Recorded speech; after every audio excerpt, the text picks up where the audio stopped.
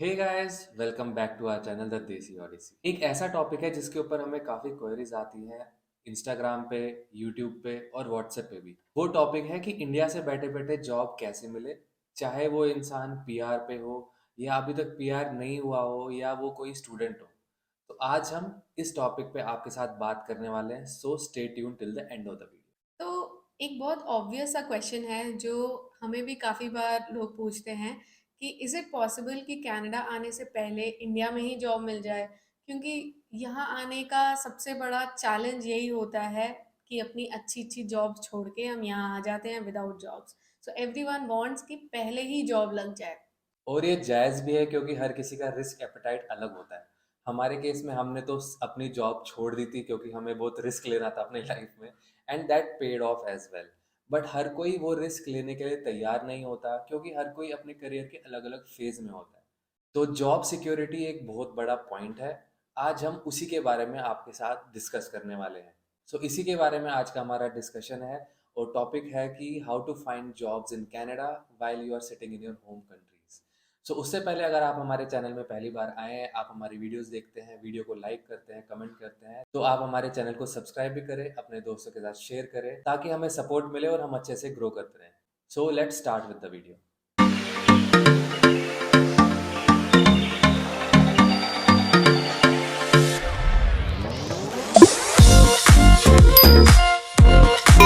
Video के and में मैं आपको अपनी स्टोरी बताऊंगी, क्योंकि लकीली मुझे भी कनाडा आने से पहले ही इंडिया में अपने ही रोल में, अपनी ही पोजीशन में, अपने ही पे ग्रेड में जॉब मिल गई थी। तो इस वीडियो को हम कुछ सेक्शंस में डिवाइड करेंगे और वन बाय वन हम उनको डिस्क्राइब करेंगे आपके लिए।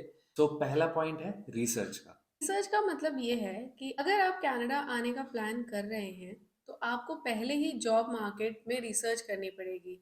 रिसर्च से मेरा मतलब ये है, आपको अपनी स्पेसिफिक फील्ड से रिलेटेड रिसर्च कंडक्ट करनी है कि मार्केट में आपके लिए किस टाइप की जॉब्स अवेलेबल हैं, उनकी सैलरी रेंज क्या है, व्हाट आर द एम्प्लॉयर्स जो कनाडा में आपके ही रोल की जॉब्स ऑफर करते हैं, और आपको कौन से एरिया में जॉब की रिक्वायरमेंट है, क्योंकि अलग अलग एरियाज में अलग अलग जॉब रिक्वायरमेंट्स होती हैं।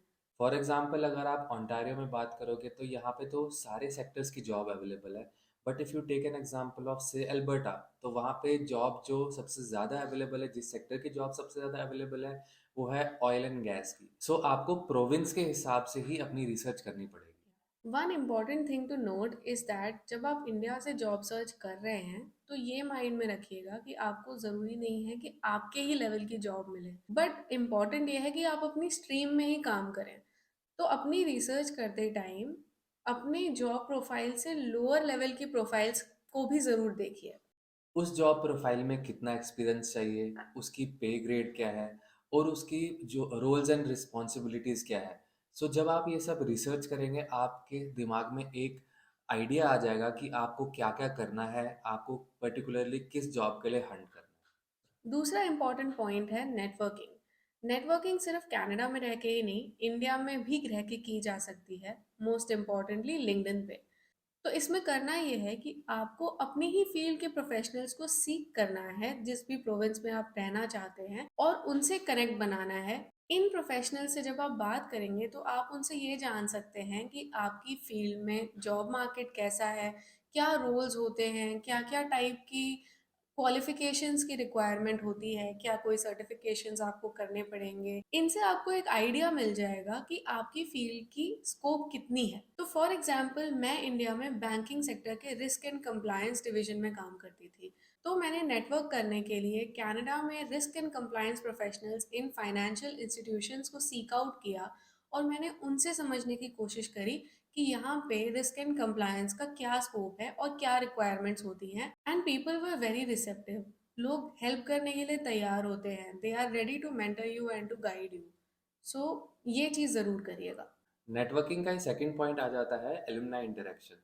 अगर आप इंडिया में किसी भी अच्छे कॉलेज से हो या फॉर दैट मैटर किसी भी कॉलेज से हो, तो आपका कोई ना कोई एलुमनाई कनाडा में किसी ना किसी कंपनी में ज़रूर होगा।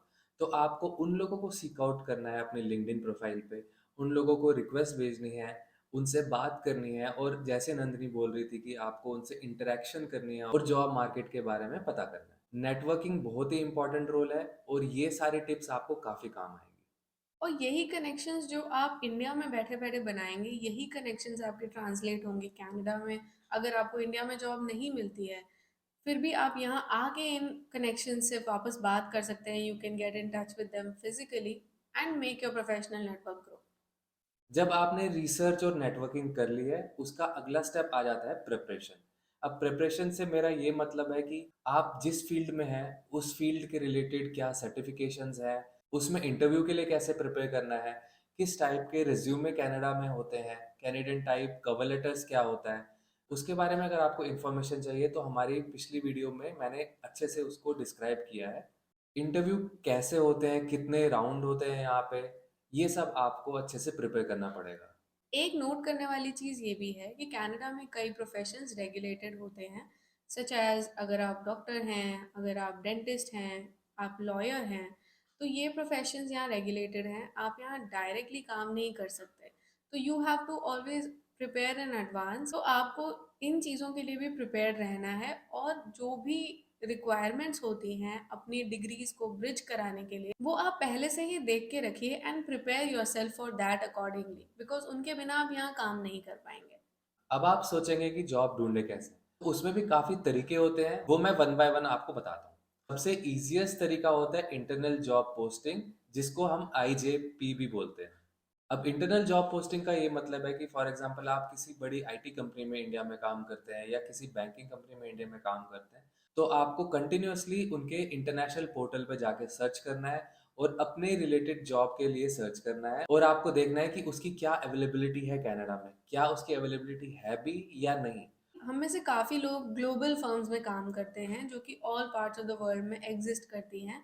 तो इंटरनल जॉब पोस्टिंग्स ऐसे केस में बहुत ही वैल्यूएबल होती हैं, बिकॉज ग्लोबल मोबिलिटी अलाउ करती हैं। आप इंडिया में रह के किसी और कंट्री के लिए अपनी ही फर्म में अप्लाई कर सकते हैं, एंड इफ़ आपकी रिक्वायरमेंट्स वहाँ मैच करती हैं, then movement is very easy. आपकी कंपनी ही आपको ट्रांसफ़र करा देती है और वो एक इंटरनल ट्रांसफ़र हो जाता है। सो वो सबसे इजी तरीका है यहाँ पे आने से पहले जॉब पाने का। तो दूसरा तरीका है जॉब ढूंढने का इजीली इंडिया में बैठे बैठे, उसको कहते हैं जॉब बैंक। जब आप अपनी IRCC की प्रोफाइल बनाएंगे, एक्सप्रेस एंट्री की प्रोफाइल बनाएंगे, तो आपको एक ऑप्शन मिल जाता है जॉब बैंक में रजिस्टर करने का। जॉब बैंक कनाडा का ही पोर्टल है जहाँ पे डिफरेंट कंपनीज अपनी रिक्वायरमेंट के हिसाब से जॉब डालती हैं और आप उसके लिए अप्लाई कर सकते हैं। बट यहाँ पे एक कैच है, आपको उन जॉब प्रोफाइल के लिए इंटरव्यू कॉल्स तभी आएंगे जब वो जॉब रोल LMIA सपोर्ट करेगा। तो की यहाँ पे ये आ जाता है कि जब आप अपनी जॉब प्रोफाइल के बारे में सर्च कर रहे होंगे जॉब बैंक्स में, तो आपको अपनी जॉब का नाम, for example you are a Java developer, आपको सर्च करना है जावा डेवलपर LMIA। तो उसमें जो भी LMIA से रिलेटेड जॉब्स होंगी, जो भी आपके रोल के रिलेटेड जॉब्स होंगी, वो सब आपके सर्च पोर्टल पे डिस्प्ले हो जाएंगी। तीसरा तरीका जॉब ढूंढने का है ऑनलाइन जॉब पोर्टल्स, जो कि हैं लिंक्डइन एंड इंडीड। लिंक्डइन और इंडीड हमने सबसे ज़्यादा यूज़ किए।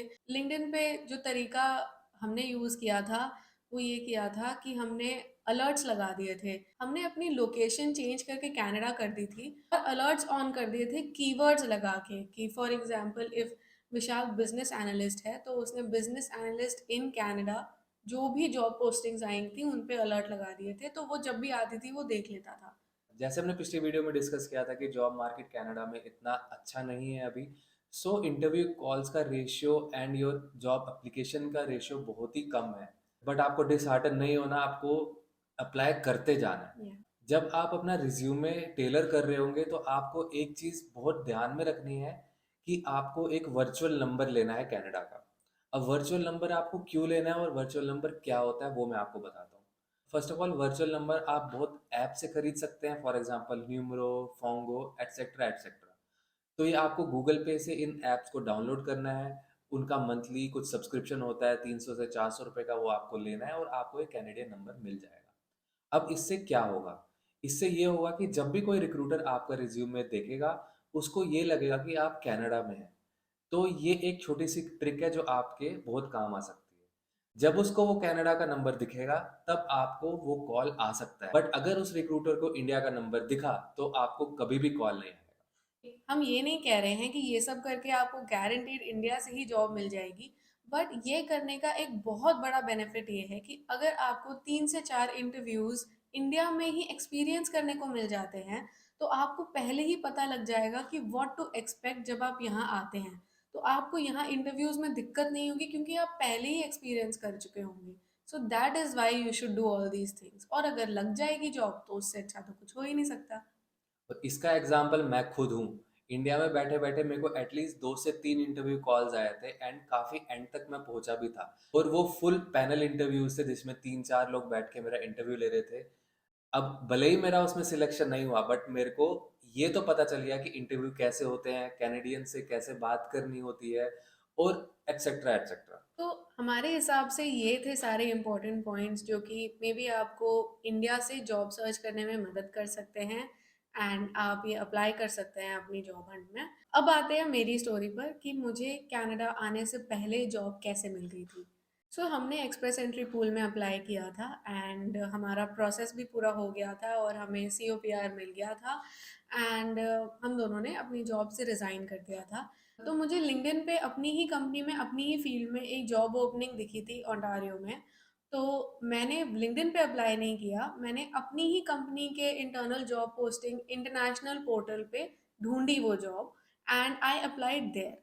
And after applying there, because मैंने इंटरनल जॉब पोस्टिंग पे अप्लाई किया था, मुझे रिस्पॉन्स आया, पूरा इंटरव्यू प्रोसेस हुआ, whatever was the requirement वो सारा हुआ and I got the job. Internal job postings पे अप्लाई करने से पहले एक डिस्क्लेमर ज़रूर है कि अगर आप ऐसा कुछ कर रहे हैं, मेरे केस में तो मैंने पहले ही रिज़ाइन कर दिया था तो उतना मैटर नहीं किया, लेकिन अगर आपने रिज़ाइन नहीं किया है और आपको कोई इंटरनल जॉब पोस्टिंग दिखी है, ओनली अप्लाई अगर आपने अपने सुपरवाइजर से, इमीडिएट मैनेजर से बात की है and they give you the go ahead for that. Because बहुत मैटर करता है कि आपके सुपरवाइजर्स और मैनेजर्स आपके बारे में क्या व्यू रखते हैं और वो आपको सपोर्ट करते हैं कि नहीं। मेरे केस में इवन दो मैं रिज़ाइन कर चुकी थी, मेरे मैनेजर्स ने मुझे बहुत ज़्यादा सपोर्ट किया in getting this job and they put in a lot of efforts to make sure कि मुझे ये जॉब मिल जाए। अब दूसरी चीज़ ये भी होती है कि अगर आपके रिलेशन उनके साथ अच्छे नहीं हैं या फिर आपने उन्हें नहीं बताया है, तो आपको आपकी करंट जॉब में भी प्रॉब्लम हो सकती है। ये तभी करिए जब आप अपने कनाडा आने के प्लान्स अपने मैनेजर से डिस्कस कर चुके हैं। तो ये थी आज की हमारी वीडियो। इसका पर्पस यही था कि जो इंडिया में बैठे हमारे दोस्त हैं, जो हमें फॉलो करते हैं हमारे इंस्टाग्राम पे, हमें हमारे यूट्यूब चैनल पे, या इंडिविजुअली जो मेरे को व्हाट्सएप पे जानते हैं, उनको हम हेल्प कर सके, उनको हम अपनी टिप्स बता सके जो जो हमने खुद इम्प्लीमेंट की थी इंडिया में बैठे बैठे जब हमारा फाइनल प्रोसेस हो रहा था PR का। सो आज की वीडियो इतनी ही। अगर आपको हमारी आज की वीडियो पसंद आई तो आप हमारी वीडियो को लाइक करें, हमारी वीडियो पे कमेंट करें, कुछ क्वेरीज हो तो वो भी कमेंट करें, एंड अपने दोस्तों के साथ शेयर करें जिनको कनाडा आने में इंटरेस्ट है। Till the next time, good bye.